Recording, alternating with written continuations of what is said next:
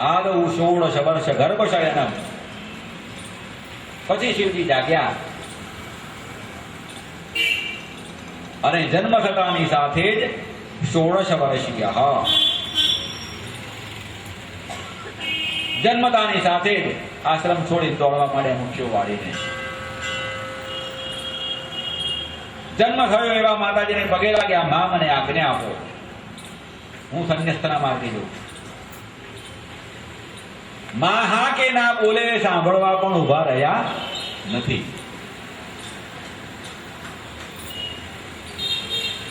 એટલા માટે અહીંયા સૂચિ લખે છે, યમ પ્રવ્રજંતમ અનુપેતમ પેત કૃત્યમ.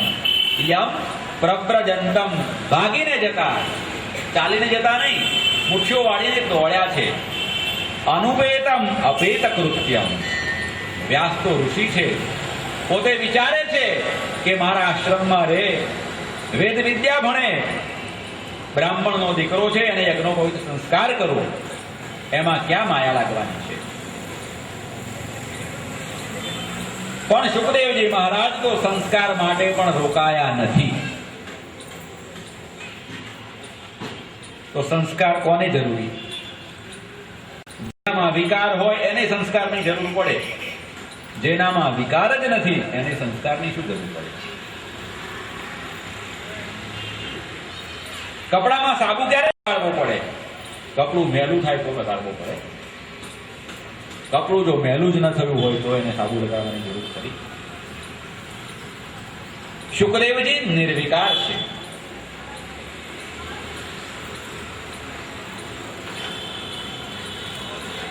અને એનું પ્રમાણ પણ ભાગવતજીમાં આપ્યું છે કે શુકદેવજી જ્યારે જન્મીને દોડતા જાય છે અને જન્મતાની સાથે દોડે એટલે બર્થડે શૂટ, કોઈ વસ્ત્ર તો પહેરેલું હોય નહીં,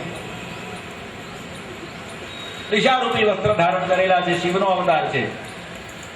આગળ શુકદેવજી છે, પાછળ વ્યાસજી દોડે છે. હે દીકરા ઉભો રે, હે દીકરા ઉભો રે. પણ સાંભળે તો ને. આ પ્રમાણે જાય છે. રસ્તામાં એક સરોવર આવ્યું. સરોવરમાં અપ્સરાઓ સ્નાન કરતી. શુકદેવજી ત્યાંથી નીકળી ગયા. અપ્સરાઓએ કંઈ કર્યું નહીં, પણ પાછળ વ્યાસને આવતા જોયા. અપ્સરાઓએ પોતાના વસ્ત્રો પહેરી ગયા. એટલે વ્યાસને આશ્ચર્ય થયું. વ્યાસ પેલી અપ્સરાઓને પૂછે છે, મારો પુત્ર તો 16 વર્ષનો યુવાન છે, એને જોઈને તમે વસ્ત્રો ધારણ ન કર્યા? હું તો વૃદ્ધ છું, મને જોઈને તમારે વસ્ત્રો શું કામ ધારણ કરવા પડે? ત્યારે અપ્સરાઓએ સુંદર જવાબ આપ્યો. વ્યાસ, તમે કહો છો ને તમારો પુત્ર યુવાન છે, વાત સાચી, પણ તમારા પુત્રમાં યુવાન હોવા છતાં આ પુરુષ છે કે આ સ્ત્રી છે એવો ભેદ નથી. અને આજે 70 વર્ષે તમને એવો ભેદ છે કે હું પુરુષ છું ને આ સ્ત્રી છું, માટે અમે વસ્ત્રો. નહીતર તમે ના પૂછ્યું હોત. તમે પૂછ્યું એ જ બતાવે છે કે તમારામાં વિકાર હજી છે. શુકદેવ નિર્વિકાર છે, અને નિર્વિકાર છે માટે અમને શરમ નથી આવતી. તો આવો જે વિકાર રહિત હોય એને કોઈ સંસ્કાર આપવાની જરૂર પડે નહીં. બાળકોને આપણે સંસ્કાર શું કામ આપીએ? બાળકોમાં વિકાર ના આવે એટલા માટે સંસ્કારની જરૂર છે. શુકદેવજી આગળ દોડે છે, પાછળ વ્યાસજી વિરહ કાતર થઈને હે પુત્ર ઉભો રે, હે પુત્ર ઉભો રે એમ બૂમો મારે છે. ત્યારે જંગલના વૃક્ષોને પણ દયા આવી ગઈ એવું કહે છે ભાગવત. તર્વઃ અભિનેદુઃ. ત્યારે વૃક્ષોએ જવાબ આપ્યો. કહેવાનો મતલબ શુકદેવજીએ વૃક્ષોના માધ્યમથી જવાબ આપ્યો. હે પિતા, હું ક્યાંય નથી ગયો, હું ક્યાંય નથી ગયો, હું અહીંયા છું, તમે પાછા ફરો.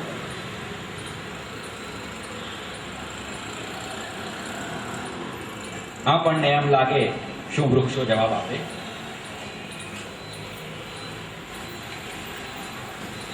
વૃક્ષ પણ જવાબ આપે.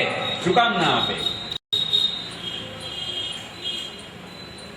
તાદાત્મ્ય જોઈએ. કોઈ પણ પદાર્થ તમારી સાથે બોલે પણ એ ક્યારે એની સાથે તમારું એબ્સોલ્યુટ એન્ડ અનઇન્ટરપ્ટેડ ઇન્વોલ્વમેન્ટ હોવું જરૂરી છે.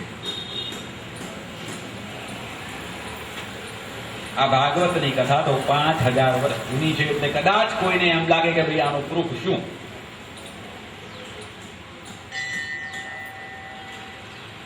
પણ હું તમને એક એવી ઘટના કહું જે ઘટના બહુ જૂની નથી.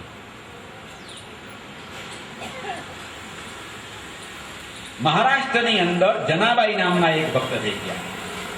સ્ત્રી હતા, પણ ભગવાન કૃષ્ણની એટલી ભક્તિ કરે, કૃષ્ણ સિવાય એને કશું દેખાય નહીં. એ વખતે તો ઇલેક્ટ્રિસિટી નહોતી કે ગેસના ચૂલા નહોતા, એટલે ગાયના ગોબરમાંથી છાણા બનાવે અને છાણા દ્વારા રસોઈનું કામકાજ ચાલે. અત્યારે પણ ગામડામાં બહેનો છાણા બનાવતી હોય છે. તો આ જનાબાઈએ છાણા થાપેલા ઘેર અને રાત્રે કોઈએ છાણાની ચોરી કરી.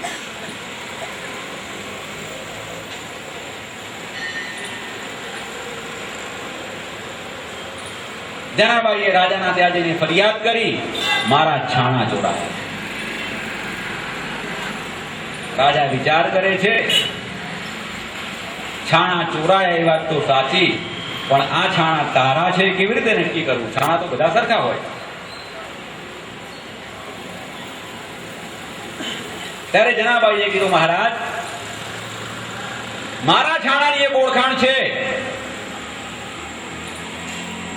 મારું છાણું તમે કાન પાસે ધરશો તો એમાં વિઠ્ઠલ વિઠ્ઠલ વિઠ્ઠલ એવો અવાજ આવશે.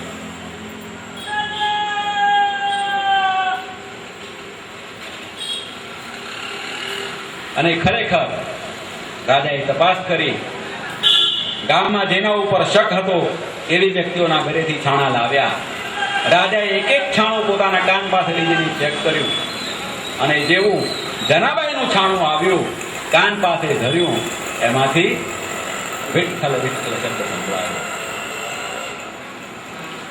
એના છાણામાં વિઠ્ઠલ વિઠ્ઠલ બોલે, એના છાણામાં, એના છાણામાં વિઠ્ઠલ વિઠ્ઠલ બોલે, એના છાણામાં વિઠ્ઠલ વિઠ્ઠલ બોલે, એના નાદે પંઢરીનાથ ડોલે, છુપાઈ ગયો કાનુડો, એના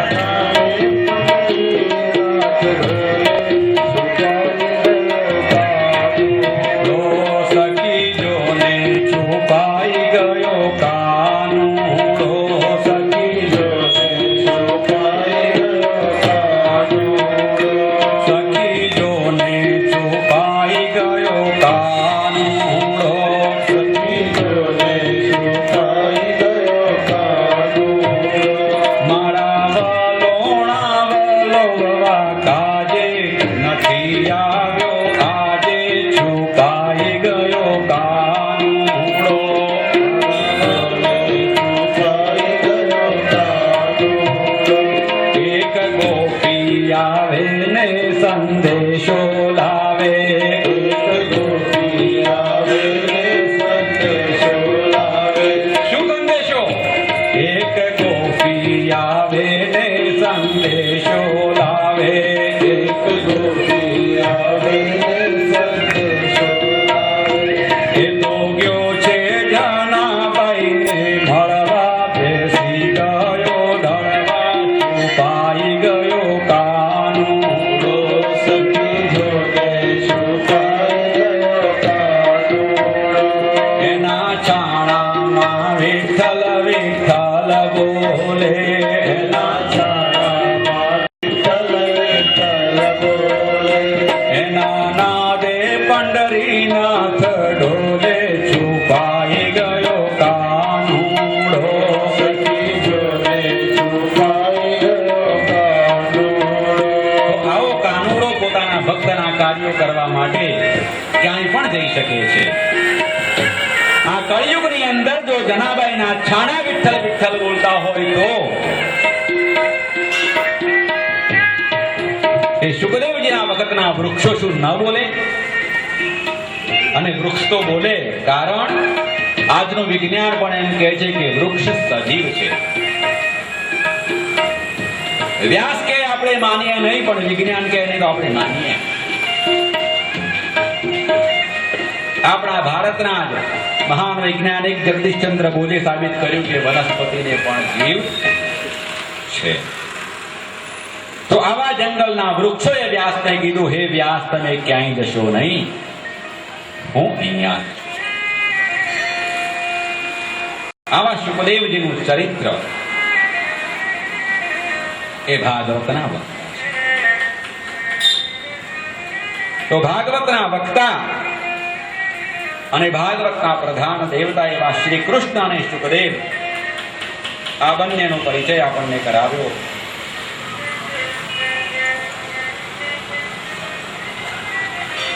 મહાત્મ્યની કથા આગળ ચાલે છે.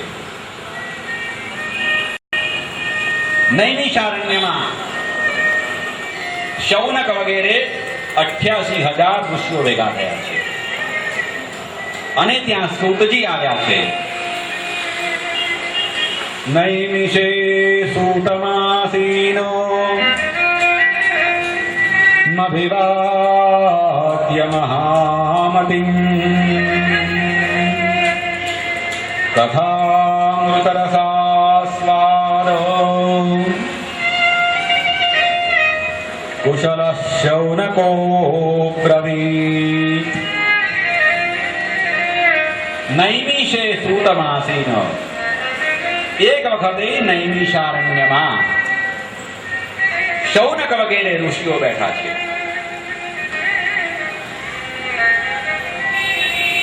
અને ત્યાં સૂતજી પધાર્યા. બધા જ ઋષિઓએ સૂતજીનું અભિવાદન કર્યું અને કહ્યું, અમને કથાનો સાર સંભળાવો. કથા સંભળાવો એમ નથી કહ્યું. શું કહ્યું છે? કથાનો સાર. નૈમિષારણ્ય, એક એક શબ્દ સમજવા જેવો છે ભાગવતમાં. બાકી ગુજરાતીમાં ભાષાંતર વાંચી જાઓ કે એક વખત નૈમિષારણ્યમાં ઋષિઓ બેઠા હતા, સૂતજી આવ્યા, બધાએ કહ્યું અમને કથા સંભળાવો. આટલો ગુજરાતી અર્થ થાય શ્લોકનો. પણ નૈમિષારણ્ય કોને કહેવાય? આ વ્યાસની કલમ છે, કોઈ સામાન્ય વ્યક્તિની કલમ નથી. આ શૌનક વગેરે 88,000 ઋષિઓ એકવાર બ્રહ્માજીની પાસે ગયા. વાયુ પુરાણની કથા છે. બ્રહ્માજીને વાત કરી, અમારે તપ કરવું છે તો ક્યાં બેસીને તપ કરીએ, અમને કોઈ જગ્યા બતાવો. જેમ ટાટાએ ગુજરાત આવીને કીધું ને કે અમારે નેનોની ફેક્ટરી નાખવી છે, અમને કોઈ જગ્યા બતાવો, તો આપણા સીએમ સાહેબે જગ્યા બતાવી. એમ ઋષિઓ બ્રહ્માજી પાસે ગયા, પૂછે છે અમારે તપ કરવું છે, અમને તપ કરવા માટેની સારી કોઈ જગ્યા હોય તો બતાવો. ત્યારે બ્રહ્માજી કહે છે, હું મારું મનોમય ચક્ર અહીંયાથી ફેંકું છું. શું ફેંકું છું? મનોમય ચક્ર. એ ચક્રની ગતિ જ્યાં અટકે, મતલબ એ ચક્ર જ્યાં જઈને ઊભું રહે, એ જગ્યાએ તમે તપ કરજો. બ્રહ્માજીએ ચક્ર ફેંક્યું, આગળ ચક્ર છે, પાછળ શૌનક વગેરે ઋષિઓ જાય છે. એ ચક્ર જે જગ્યાએ આવીને ઊભું રહ્યું, એ ભૂમિનું નામ નૈમિષારણ્ય.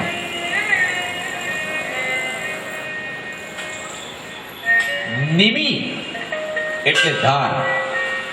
નિમિ એટલે તો ચક્ર હોય એ જમીન ઉપર દોડે, પણ એની ધાર જ્યારે મુઠ્ઠી થાય ને એટલે એની ગતિ અટકે. ભમરડો હોય એને આપણે ફેરવીએ તો જેટલી એની આર તીક્ષ્ણ હોય એટલી ગતિ વધારે. પણ આર ધીરે ધીરે ઘસાઈને બુઠ્ઠી થાય એટલે ભમરડો ઓછું પડે. તો એ નિમી એટલે એની ધાર. તો એ ધાર જ્યારે બુઠ્ઠી થાય ત્યારે એ ચક્ર ઉભું. તો આ કયું ચક્ર છે? મનોમય ચક્ર છે. તો મન રૂપી ચક્ર.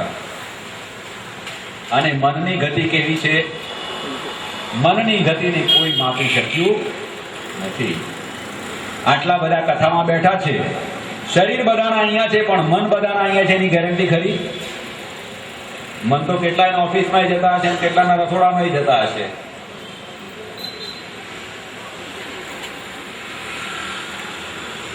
વેદમાં એવું લખ્યું, યજ્જાગ્રતો દૂરમ ઉદયતિ દૈવંતરુ સુપ્તસ્ય તથૈવૈતિ યત જાગ્રતઃ દૂરમ ઉદયતિ.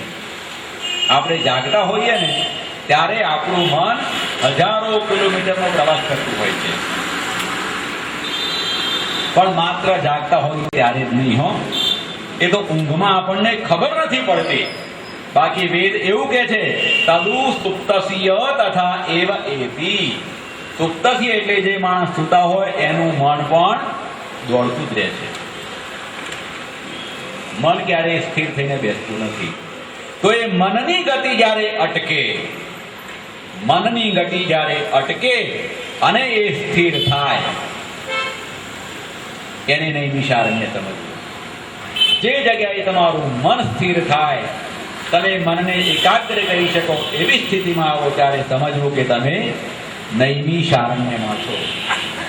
આનો અર્થ શું થયો? નૈમિષારણ્ય એ ભૂમિ નથી, નૈમિષારણ્ય એ ભૂમિકા છે. નૈમિષારણ્ય એ એક ભૂમિકા છે. તમે એવી પરિસ્થિતિમાં બેસો જ્યારે તમારું મન સ્થિર થાય.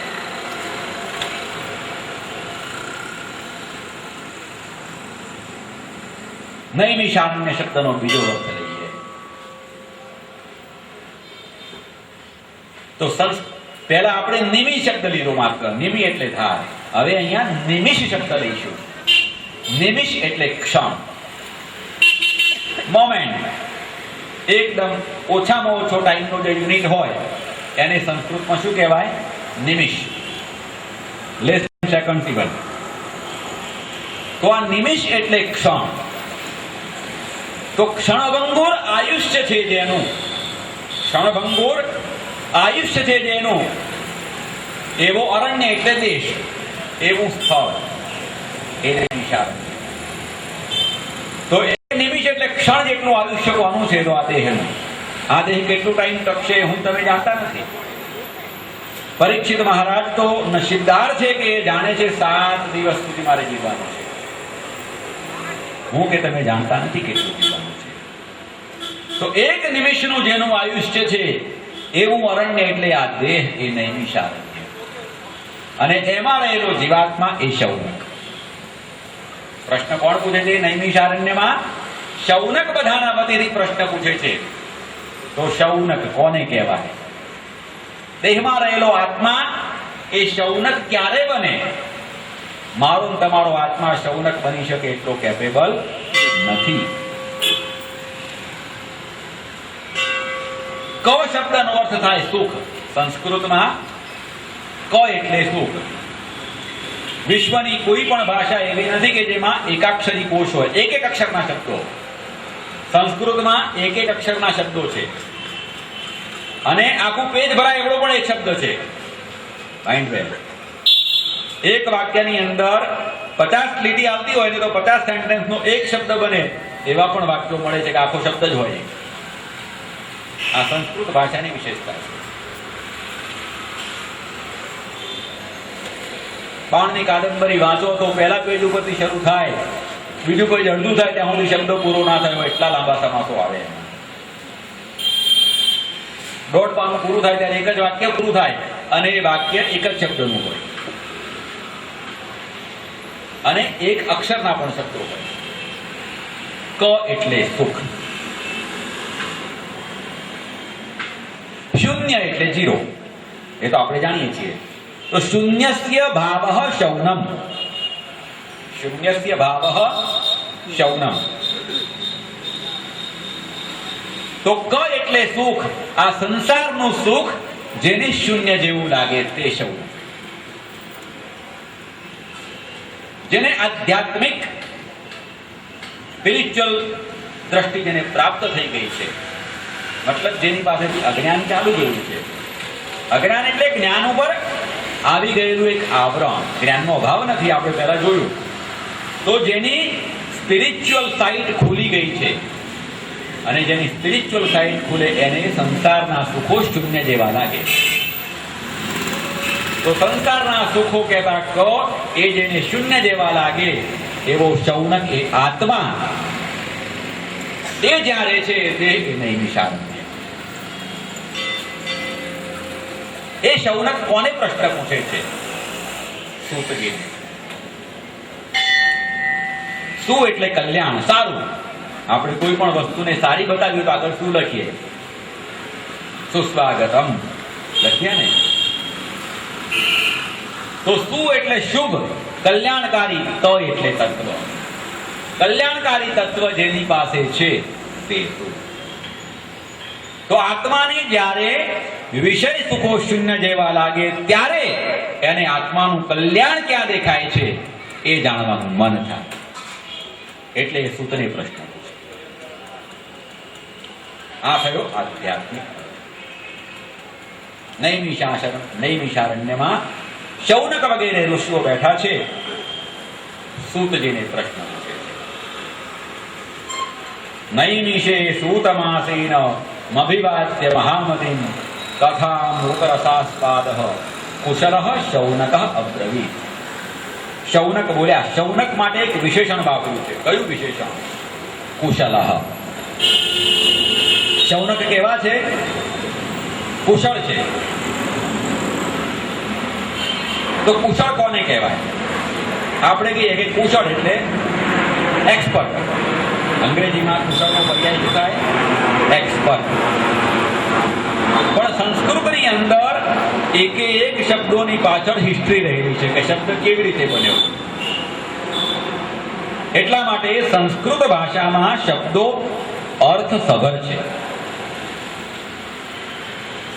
સંસ્કૃતમાંથી બીજી કોઈ પણ ભાષામાં આપણે ટ્રાન્સલેશન કરીએ તો આપણને એક જ શબ્દ મળે. તમે ભગવદ્ ગીતા વાંચવા બેસો એટલે શ્રી ભગવાનનું વાચ એમ આવે તો આપણે કહીએ કે કૃષ્ણએ અર્જુનને કહ્યું. માધવ તો માધવ એટલે કૃષ્ણએ કહ્યું. ઋષિકેશ તો કૃષ્ણએ કહ્યું. પણ આવા કૃષ્ણના અનેક નામો હોય, અર્જુનના પણ અનેક નામો હોય. ટ્રાન્સલેશન વાંચો પછી ગુજરાતીનો હોય, અંગ્રેજીનો હોય કે હિન્દીનો હોય, આપણે માત્ર કૃષ્ણ અને અર્જુનના બે જ નામો જાણીએ. પણ સંસ્કૃત ભાષાની અંદર વ્યાસે અલગ અલગ નામો શું કામ વાપર્યા?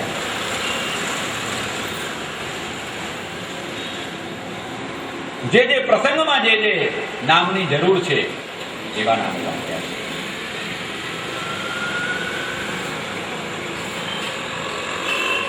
મહાભારતનું જ્યારે યુદ્ધ ચાલુ થવાનું છે, એક બાજુ કૌરવોનું સૈન્ય છે, એક બાજુ પાંડવોનું સૈન્ય છે. એ વખતે અર્જુન એમ કહે છે કે કૃષ્ણ, મારા રથને તમે બંને સૈન્યની વચ્ચે જઈને ઉભો રાખો.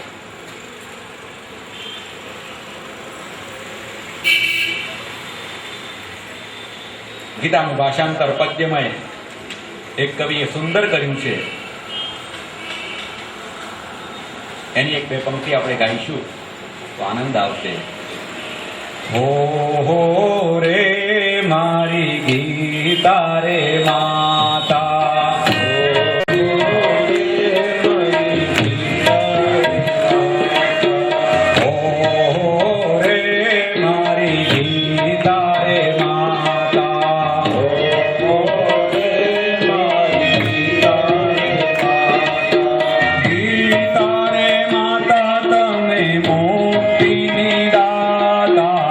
ગીતા રે માતા તમે મોક્ષની દાતા.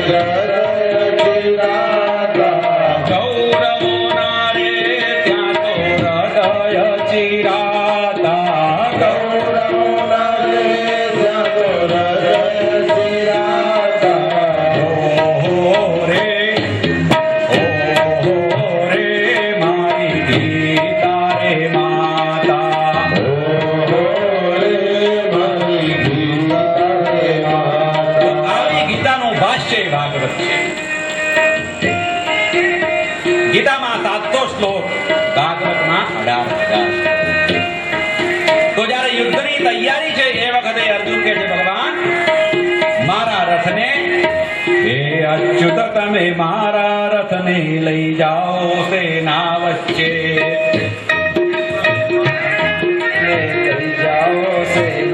અર્જુન કહે છે, હે પ્રભુ, મારા રથને બે સૈન્યની વચ્ચે જઈને ઉભો રાખો. હવે આપણે ગીતાના શ્લોકો પર આવી જઈશું. અહીંયા જે કૃષ્ણ અને અર્જુનનો સંવાદ છે, એ સંવાદમાં વ્યાસે અર્જુન માટે કપિધ્વજ શબ્દ વાપર્યો છે અને ભગવાન કૃષ્ણ માટે અચ્યુત શબ્દ વાપર્યો છે. અર્જુન માટે કપિધ્વજ શબ્દ, બંને શબ્દોના અર્થ સૂચક છે. કપિ એટલે વાંદરો. કપિ એટલે તો અર્જુનના રથ ઉપર વાંદરાની નિશાની હતી. મહાભારતમાં એવું લખે છે કે અર્જુનના રથની ધ્વજા ઉપર હનુમાનજી સાક્ષાત બિરાજતા. આપણે લાક્ષણિક અર્થ લઈએ તો એમ કહેવાય હનુમાનના રથની ધ્વજા ઉપર હનુમાનનું ચિત્ર હતું. તો કપિ અસ્તિ ધ્વજે અસ્ત્ય ઇતિ. કપિ કહેતા વાનર છે ધ્વજામાં જેની, તે કપિધ્વજ. એટલે અર્જુનનું નામ અહીંયા કપિધ્વજ પાડ્યું. હવે એનો આધ્યાત્મિક અર્થ લઈએ તો શરીરમાં માથું એટલે ધ્વજ. આપણા શરીરમાં માથું એટલે ધ્વજ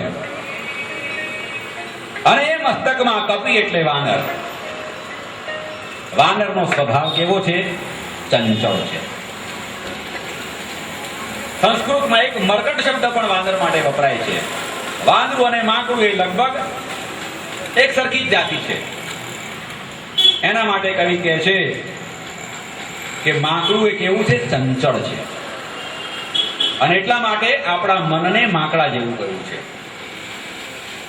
મર્કટસ્ય સુરાપાનમ તતો વૃશ્ચિકદંશનઃ તન્મધ્યે ભૂત સંચારઃ યદવા તદવા ભવિષ્યતિ.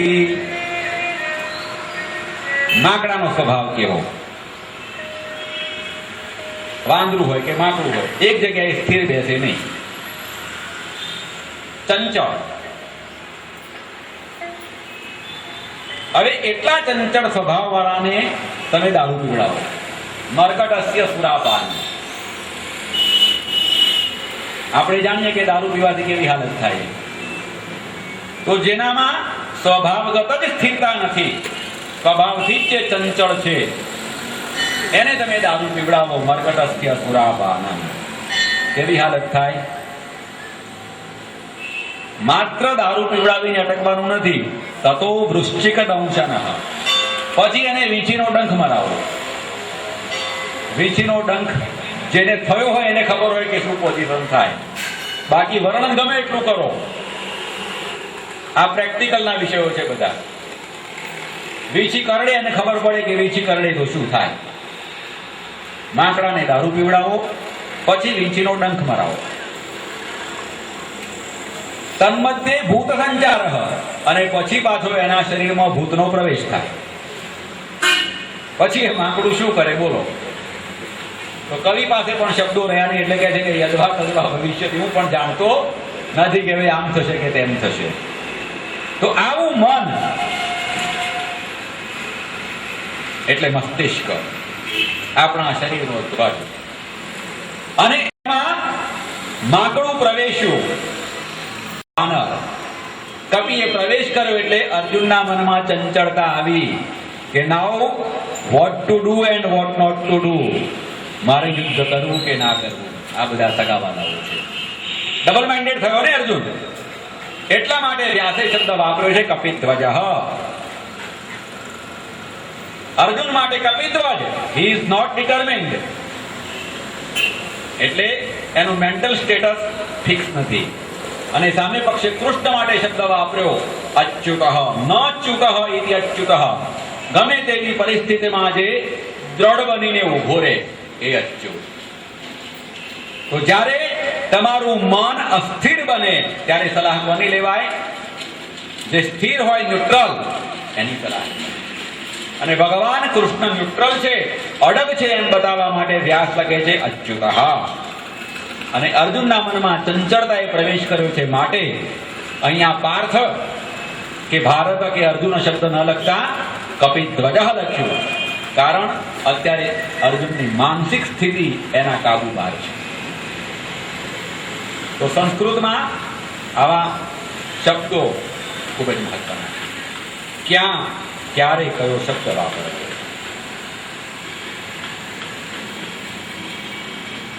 નૈમિષે સૂતમાસીન અભિવાદ્ય મહામતે કથામૃત રસાસ્વાદ કુશલ શૌનકો બ્રવે. તો શૌનક કેવા છે? કુશલ. આપણે કુશલ શબ્દો ઉપર હતા. તો સંસ્કૃતમાં કુશ નામની એક વનસ્પતિ છે. કુશ એટલે ડાબ, જેને આપણે ગુજરાતીમાં ડાભડો કહીએ. હવે ડાભ એવો હોય કે તમને જો પકડતા ના આવડે ને તો હાથ કપાઈ જાય તમારો. કુશ એટલે ડાબ અને લોહી એટલે કાપીને લાવવું. લોહી. તો કુશમ અથવા કુશાન લાતી, જે ડાભડો કાપીને લાવે અને હાથમાં કોઈ ઈજા ન થાય એને કુશળ કહેવાય. બાકી સામાન્ય માણસ ડાભડો કાપવા જાય તો લોહી લોહી થઈ જાય એનો હાથ. એવી વનસ્પતિ છે. એટલે એના ઉપરથી કુશળ શબ્દ બન્યો. કુશાન લાતી ઇતિ કુશલ. મતલબ કોઈ પણ કામ ખૂબ જ કાળજીપૂર્વક જે કરે એ કુશળ. તો આ કુશળ શામાં છે? કથામૃત રસાસ્વાદ. કથારૂપી અમૃતનું રસાસ્વાદન કરવામાં કુશળ છે. એવા શૌનક અહીંયા સુખજીને કહે છે. શું કહે છે કે હે સુતજી, અજ્ઞાન રૂપી અંધકારને દૂર કરવામાં તમે કરોડો સૂર્ય સમાન છો. બહાર ગમે એટલા વોલ્ટનો બલ્બ હોય પણ એ અંદર અજવાળું ન કરી શકે, બહાર જ અજવાળું કરે. અંદર અજવાળું કરવા માટે સદગુરુની જરૂર પડે. તો કહે છે આ સૂર્ય જે છે એ અજ્ઞાન રૂપી અંધકારને દૂર કરી શકે એમ નથી. અજ્ઞાન રૂપી અંધકારને દૂર કરવા માટે આપ કરોડ સૂર્ય સમાન છો. અજ્ઞાન ધ્વાંત વિધ્વંસ કોટી સૂર્ય સમપ્રભ. માટે હે સુતજી, સૂતાખ્યાહી કથાસારમ. અમને કથાનો સાર કહો. અમારે આખી લાંબી કથાઓ સાંભળવી નથી. વી આર ઇન્ટરેસ્ટેડ ઇન કથાસારમ ઓનલી.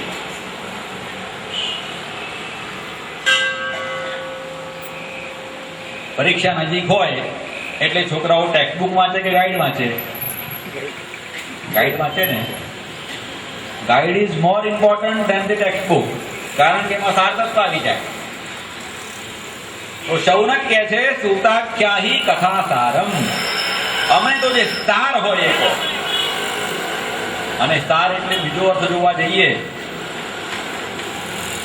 તો દૂધને આપણે મેળવણ નાખીએ એટલે દહીં બને, અને દહીંને વલોવીએ એટલે ઉપર માખણ નીકળે. તો એ માખણને શું કહેવાય? સાર કહેવાય. તો આવો, કારણ કે કથા તો વેદો ને પુરાણો બહુ લાંબા છે. અનેક જિંદગીઓ ઓછી પડે. શાસ્ત્રમાં એવું લખ્યું છે કે ઇન્દ્ર મહારાજ એમના ગુરુ બૃહસ્પતિ પાસે ભણવા ગયા એકવાર.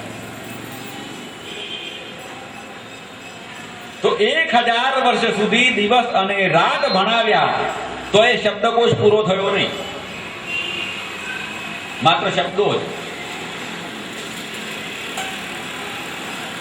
તો વિચાર કરો, આ પુરાણો અને વેદો તમે ભણવા બેસો અને એ પણ એના સૂક્ષ્મ અર્થ સાથે, તો ક્યારે ભણી લો?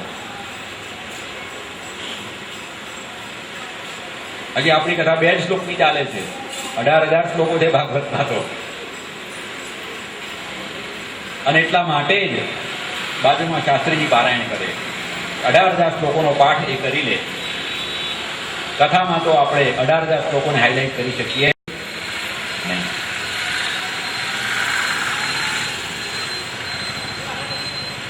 તો કે છે કથા સારમ, અમને કથાનો સાર કહો. અને એ પણ કેવો? મમ કર્ણ રસાયનમ. કાનને સાંભળવો ગમે. રસાયનમ, રસાયણ કોને કહેવાય ખબર છે? આપણે શિયાળામાં અળદિયા ખાઈએ ને એને રસાયણ કહેવાય. તો અહીંયા કાનનું રસાયણ માંગે છે શૌનક. મમ કર્ણ રસાયણમ. તો પહેલી વસ્તુ તો કર્ણ રસાયણમ શબ્દ આપણી અત્યારની જે શિક્ષણ પદ્ધતિ છે ને એના માટે ચેલેન્જ આ છે. આપણું શાસ્ત્ર શું કહે છે? વિદ્યા ભણવાનું માધ્યમ કાન હોવું જોઈએ. આપણી ઋષિ પરંપરામાં કાન દ્વારા ભણવામાં આવતું હતું. એટલા માટે વેદને શ્રુતિ કહેવામાં આવે છે. શ્રુ ધાતુનો અર્થ થાય સાંભળવું. શ્રુ એટલે આંખનું કામ છે સ્વરૂપ દર્શનનું. શબ્દને ગ્રહણ કોણ કરે? કાન. શબ્દને કોણ ગ્રહણ કરે? આંખ. એના સ્વરૂપને જુએ. આંખ ગ્રહણ કરે નહીં. અને એટલા માટે જ વાંચેલું ભૂલી જવાય છે, સાંભળેલું ભૂલાતું નથી. 1.5 વર્ષનું બાળક હોય, એને બોલતા આવડતું ના હોય, પણ ટીવીમાં આવતી 3 મિનિટની એડ કડકડાટ એક પણ ભૂલ સિવાય મોઢે બોલી જતું હોય છે. એને કોણ ભણાવી શકો? મહાભારતની સિરિયલ ચાલતી હતી ત્યારે મેં જોયું છે કે નાના નાના બાળકો પણ શરૂઆતના 2 શ્લોકો યદા યદા હિ ધર્મસ્ય અને પરિત્રાણાય સાધુના, બાળકો એટલા સુંદર બોલે, લયબદ્ધ, કે એમાં એક માત્રાની પણ ભૂલ આવે નહીં. 1.5-2 વર્ષના સિરિયલ ચાલુ થાય તો શ્લોક બોલવાના ચાલુ કરી દે. મતલબ કાન દ્વારા શબ્દ ગ્રહણ થાય. પણ આપણે કાનથી ભણવાનું બંધ કર્યું અને આંખેથી ભણવાની શરૂઆત કરી એટલે આપણું શિક્ષણ નબળું પડ્યું. પહેલી જ વસ્તુ આ. પુસ્તકો આવ્યા એટલે અભ્યાસ નબળો પડ્યો. પુસ્તક લઈ જઈને કબાટમાં મૂકવાનું. પુસ્તકમાં છે ને લખેલું, જરૂર પડશે જોઈશું. પેલા વિદ્યા મગજમાં રહેતી હતી, હવે પુસ્તકમાં રહેવા માંડી. અને એટલા માટે આપણે કબાટમાં પુસ્તક ખોલીએ એટલે શું કહીએ? આ રેફરન્સ બુક છે. શું કહીએ? રેફરન્સ બુક છે. અને રેફરન્સ બુક કોને કહેવાય? તમારે જેને રિફર કરવી પડે તે. અને રિફર ક્યારે કરવી પડે? તમારા મગજમાં નથી માટે રિફર કરવી પડે. જ્ઞાન સાંભળેલું નથી, વાંચેલું છે માટે રિફર કરવું પડે છે. સાંભળેલું જ્ઞાન હોય તો એ ક્યારેય જાય. એટલા માટે શૌનક કહે છે કથા સારમ. અમારે લાંબુ ટૂંકું સાંભળવું નથી, અમને તો માત્ર કથાનો સાર તમે કહો.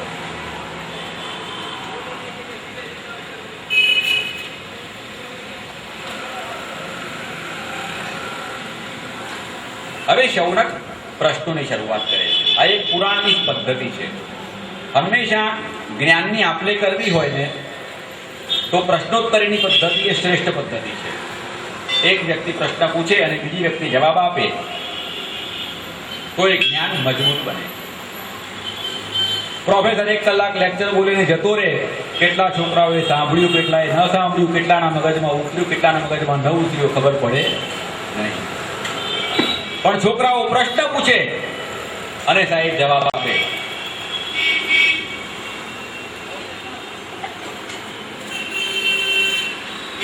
તો એ મગજમાં ઉતરી જાય. આ મારો પોતાનો અનુભવ છે.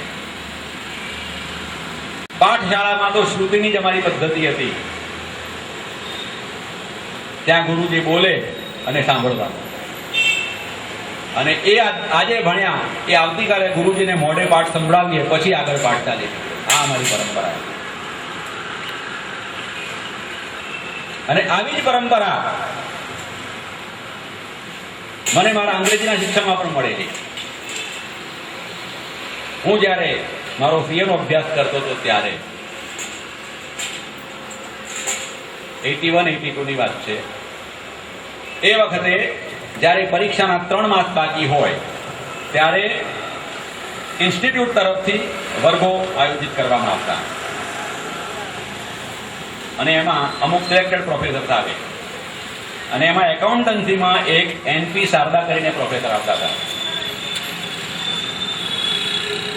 આમ કોઈ પણ પ્રોફેસરના લેક્ચરમાં 25 કે 30 છોકરાઓ માંડ હોય, પણ શારદા સાહેબનું લેક્ચર હોય એટલે 3ની બેન્ચ ઉપર 5 જણા બેઠા હોય અને દિવાલ તમને દેખાય નહીં, દિવાલે દિવાલે છોકરાઓ ઊભા હોય, આટલો વર્ગ પેક હોય. પણ શારદા સાહેબ આવીને ભણાવવાની શરૂઆત કરે, સ્ટેજ ઉપર આવે એટલે એમના મોઢામાંથી પહેલું વાક્ય નીકળે, શું? Which topic would you like me to teach you today? એમ નહીં કે ઘેરથી તૈયાર કરીને આવ્યા હોય ભાષણ ઠોકીને જતા રહે. એ સ્ટુડન્ટ્સને પૂછે, which topic would you like me to teach you today? અને એમને કહીએ કે સર આજે અમાલ્ગમેશન ભણાવો. ઓકે. પછી એમના મોઢામાંથી બીજો શબ્દ નીકળે, amalgamation is one of the easiest topic in accountancy. એટલે 50% ભારણ જતું રહ્યું. આમાં કઈ છે જ નહીં એમ. જ્યારે અત્યારે તો પ્રોફેસર આવે એટલે one of the toughest topic એમ કરીને વાત કરે, છોકરાઓ અડધા તો મોતિયા મળી જાય એમને સાંભળી. પણ ભણાવવાની પણ આ એક મનોવૈજ્ઞાનિક પદ્ધતિ છે. ભણતર ક્યારે પણ બોજરૂપ ન બનવું જોઈએ. તો પ્રશ્ન અને ઉત્તરની પદ્ધતિ છે. શૌનક પ્રશ્ન કરે છે. શૌનકના પ્રશ્નો વિચારવા જેવા છે. ભક્તિ જ્ઞાન વિરાગ આપતો વિવેકો વર્ધતે મહા. હે સુતજી, ભક્તિ જ્ઞાન અને વૈરાગ્ય દ્વારા પ્રાપ્ત થતો વિવેક તે અમારામાં કેવી રીતે વધે છે? વિવેકની તો બધાના જીવનમાં જરૂર છે.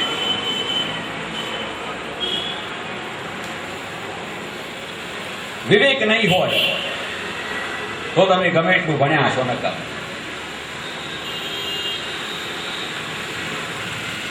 એટલા માટે કોઈ કવિએ સુંદર કહ્યું છે, પાયા વગરનું ચણતર નકામું, વિવેક વગરનું ભણતર નકામું.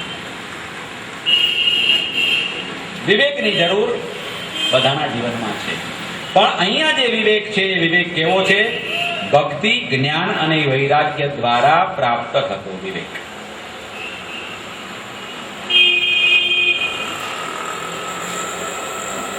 હવે જુઓ, કોઈ પણ કામમાં વિવેક બુદ્ધિ એટલે what to do and what not to do, આ નક્કી કરવું, આનું નામ વિવેક બુદ્ધિ આપણે કહીએ.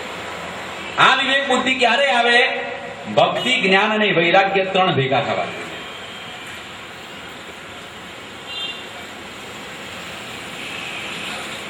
તો આ ક્યારે ભેગા થાય?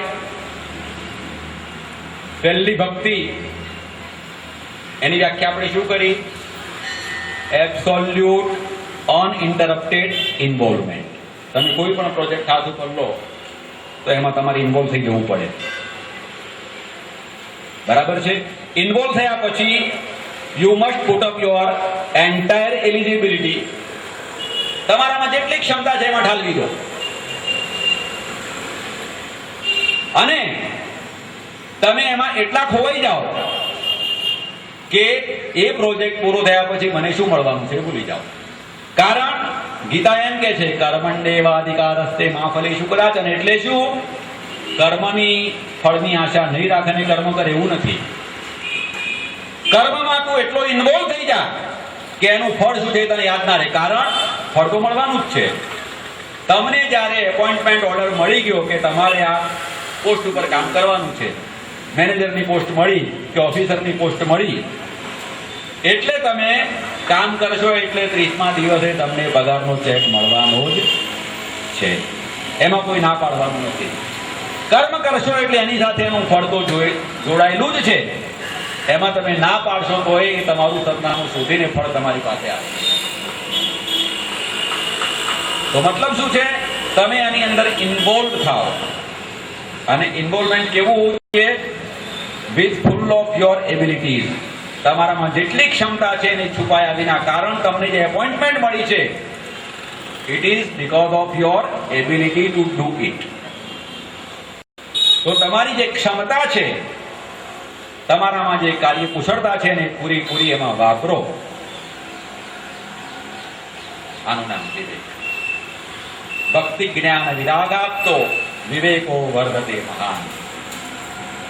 અને પછી કે છે માયા મોહ નિરાસશ્ચ વૈષ્ણવૈ ક્રિયતે કથમ. માયા મોહ આ દૂર કેવી રીતે થાય, અને એ પણ વૈષ્ણવૈથી, જે વૈષ્ણવો છે એમના જીવનમાંથી મોહ અને માયા કેવી રીતે દૂર થાય.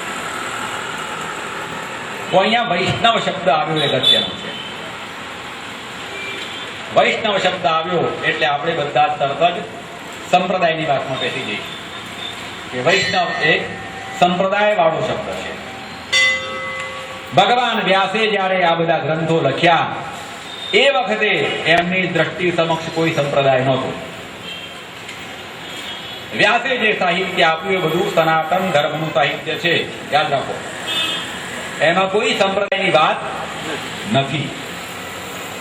તો પછી વૈષ્ણવ શબ્દ શા માટે વાપર્યો? તો સંસ્કૃત શબ્દની ભાષા સમૃદ્ધિ એટલી છે,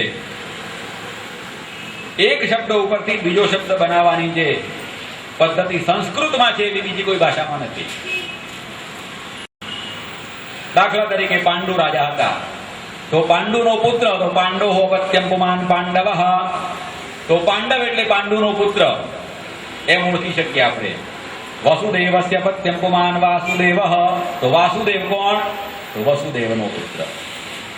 પૃથાયાઃ પત્યમ પુમાન પાર્થ, પાર્થ કોણ? તો પૃથાનો પુત્ર. તો સંતાન ઉપરથી માતાનું કે પિતાનું નામ જાણી શકાય, અથવા તો માતા પિતાના નામ ઉપરથી એની સંતતિનું નામ બને. આવી એક સંસ્કૃત ભાષામાં વિશિષ્ટ પદ્ધતિ છે, શૈલી છે. એટલે કુલની પરંપરા આવે એમ. તો એ પરંપરા મુજબ આપણે જોઈએ તો વિષ્ણો અયમ વૈષ્ણવ. આપણે જોયું કે ભાઈ વિષ્ણુ કેવા છે? વ્યાપક. વિશ્વમ વિષ્ણુર્વ ષટકારો, વિષ્ણુ એ વ્યાપક છે. તો આ જે કોઈ જીવ સૃષ્ટિ દેખાય છે એ બધા કોના અંશો છે? તો જે વિષ્ણુનો અંશ હોય એને વૈષ્ણવ કહેવાય. પછી સંપ્રદાયની વાત ક્યાં રહી? અને બીજી રીતે જોવા જઈએ તો ભગવાન કૃષ્ણને જન્મ કોણે આપ્યો? વસુદેવ અને દેવકીએ. તો એક માતા પિતા જન્મ આપવા વાળા. એમનો ઉછેર કોણે કર્યો? નંદ અને યશોદાએ. તો એ એના પાલક માતા પિતા. એમાં સૃષ્ટિનું સર્જન કોણ કરે છે? બ્રહ્મા. તો બ્રહ્મા એ પિતા થયા. સૃષ્ટિનું પાલન કોણ કરે છે? વિષ્ણુ. તો વિષ્ણુ એ આપણા બધાના પાલક પિતા થયા. તો એ પાલક પિતાના નામે ઓળખાય તો પણ વિષ્ણુ હો અયમ વૈષ્ણવ. એ વિષ્ણુ જેનો પાલક પિતા છે એવા જે જીવાત્માઓ છે કોણ?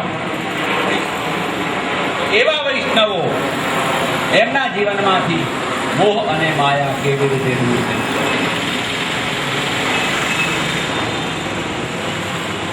ત્યાર પછી કે છે ઇહ ગોલે કલૌ પ્રાયો જીવશ્ચાસુરતાંતા.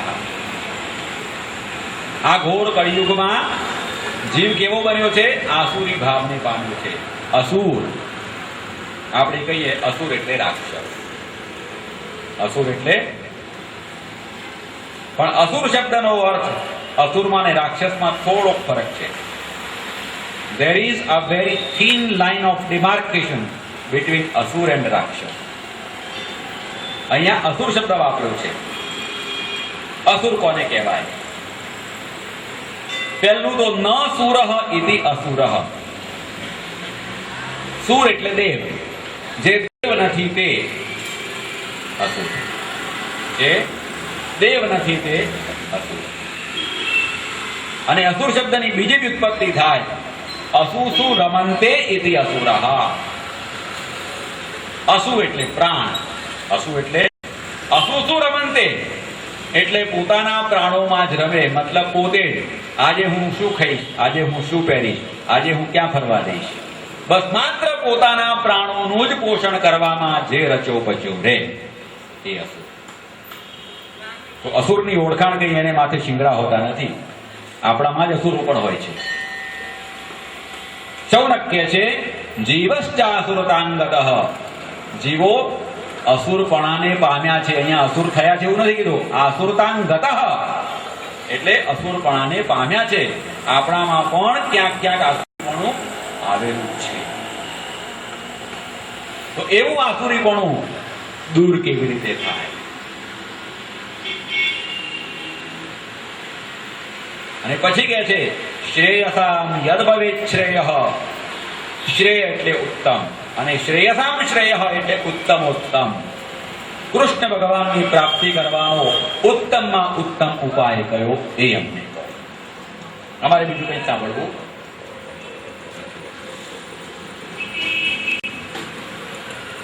અને એ અમને તમે જ કહી શકશો, બીજું કોઈ નહીં કહી શકે.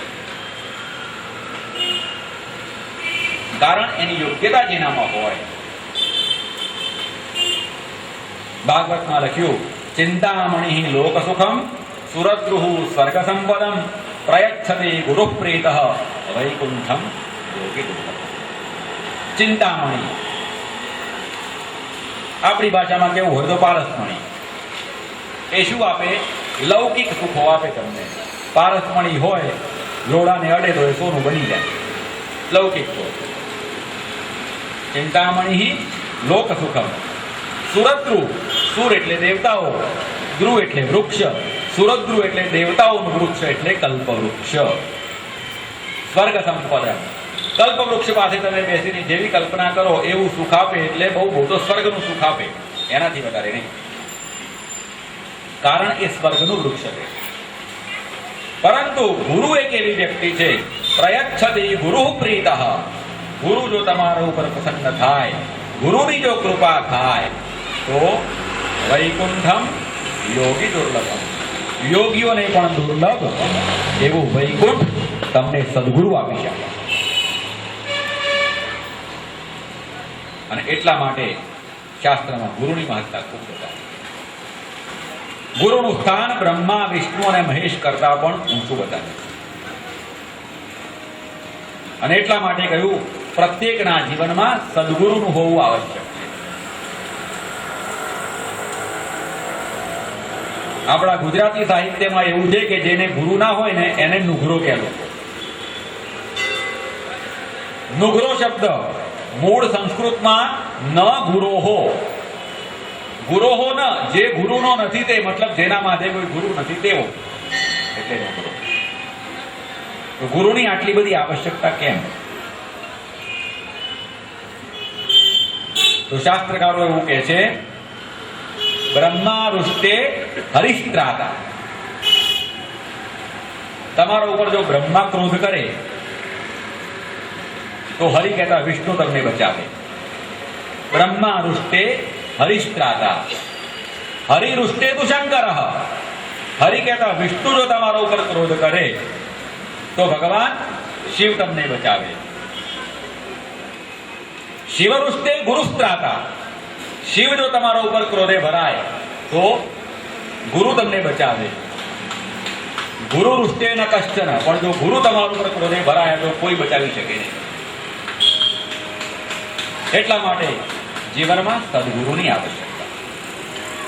એ સદગુરુ વૈકુંઠમ યોગી દુર્લભમ, યોગીઓને પણ દુર્લભ એવું વૈકુંઠ આપી દેતા હોય. શૌનકના મુખેથી આવા પ્રશ્નો સાંભળ્યા સૂતજીને ખૂબ જ આનંદ થયો. કારણ આમાં એક પણ પ્રશ્ન શૌનકે વ્યક્તિગત હિતનો નથી પૂછ્યો. આમાં ક્યાંય પર્સનલ ઇન્ટરેસ્ટની વાત આવી?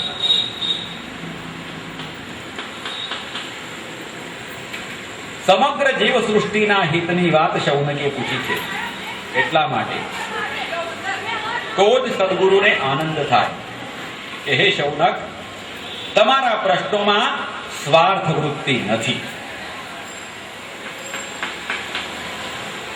પહેલો બોધપાઠ એ છે સદગુરુની પાસે જાઓ, સ્વાર્થ વૃત્તિ છોડીને જાઓ.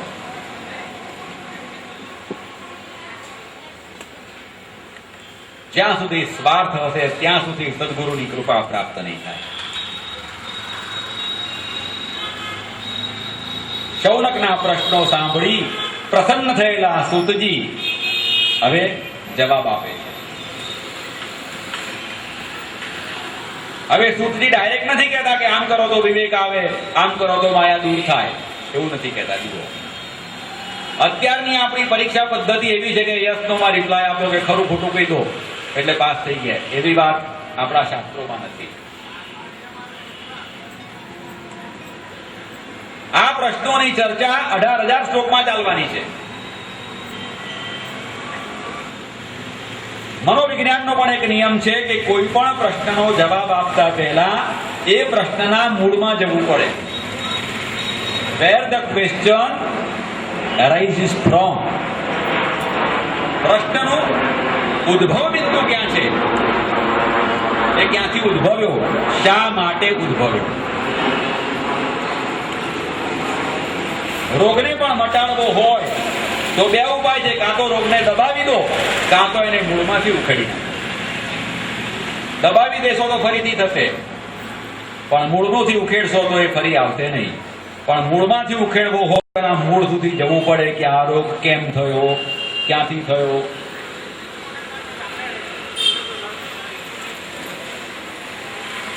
તો માયા અને મોહ એનો સંબંધ કોની સાથે છે? સંસારની સાથે છે. તો સંસાર શું છે? સૂતજી શરૂઆત ત્યાંથી કરે છે. કાલ વ્યાલ મુખગ્રાસ ત્રાસ નિર્ણાશ હેતવે શ્રીમદ ભાગવતમ શાસ્ત્રમ કલૌકીરેણ ભાષિતમ. સૂતજી કહે છે સંસારમાં મોટામાં મોટો ભય એક જ છે. કયો ભય? કાલ વ્યાલ મુખગ્રાસ. આ ભય મોટામાં મોટો. કાલ કહેતા કાળ, મૃત્યુ. આપણે મૃત્યુને કહીએ ને કાળ આવી ગયો, તો કાલ એટલે મૃત્યુ. તો કાલ એ શું છે? કાલ એ વ્યાલ છે. વ્યાલ એટલે સર્પ. સાપને સંસ્કૃતમાં વ્યાલ કહેવાય. પરીક્ષિતનું મૃત્યુ પણ તક્ષક નામના સર્પથી થવાનું હતું.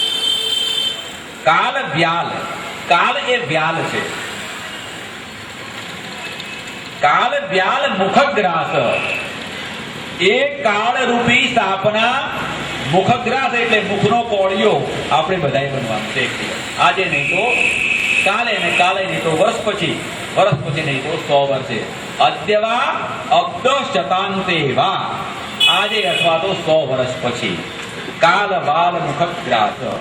એ કાળના મુખના કોળિયા દરેકે બનવા. તો મોટામાં મોટો ભય કે મોટામાં મોટો ત્રાસ કયો?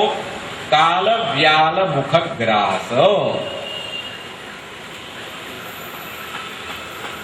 એ કાળના મુખના કોળિયા બનવાનો જે ત્રાસ છે, જે ભય છે, એ મોટામાં મોટો ભય છે. પણ એ ભયને તો આપણે ગણકારતા જ નથી. અને આપણે જે ભયની ચિંતા કરીએ છીએ એ શાસ્ત્રની દ્રષ્ટિએ કોઈ વિષાત્મક નથી. આપણે કેવા ભય વિશે વિચારતા હોઈએ છીએ? આ સંસાર કેવો છે ખબર છે? આ સંસાર દ્વૈત વાળો છે. દ્વૈત એટલે બે.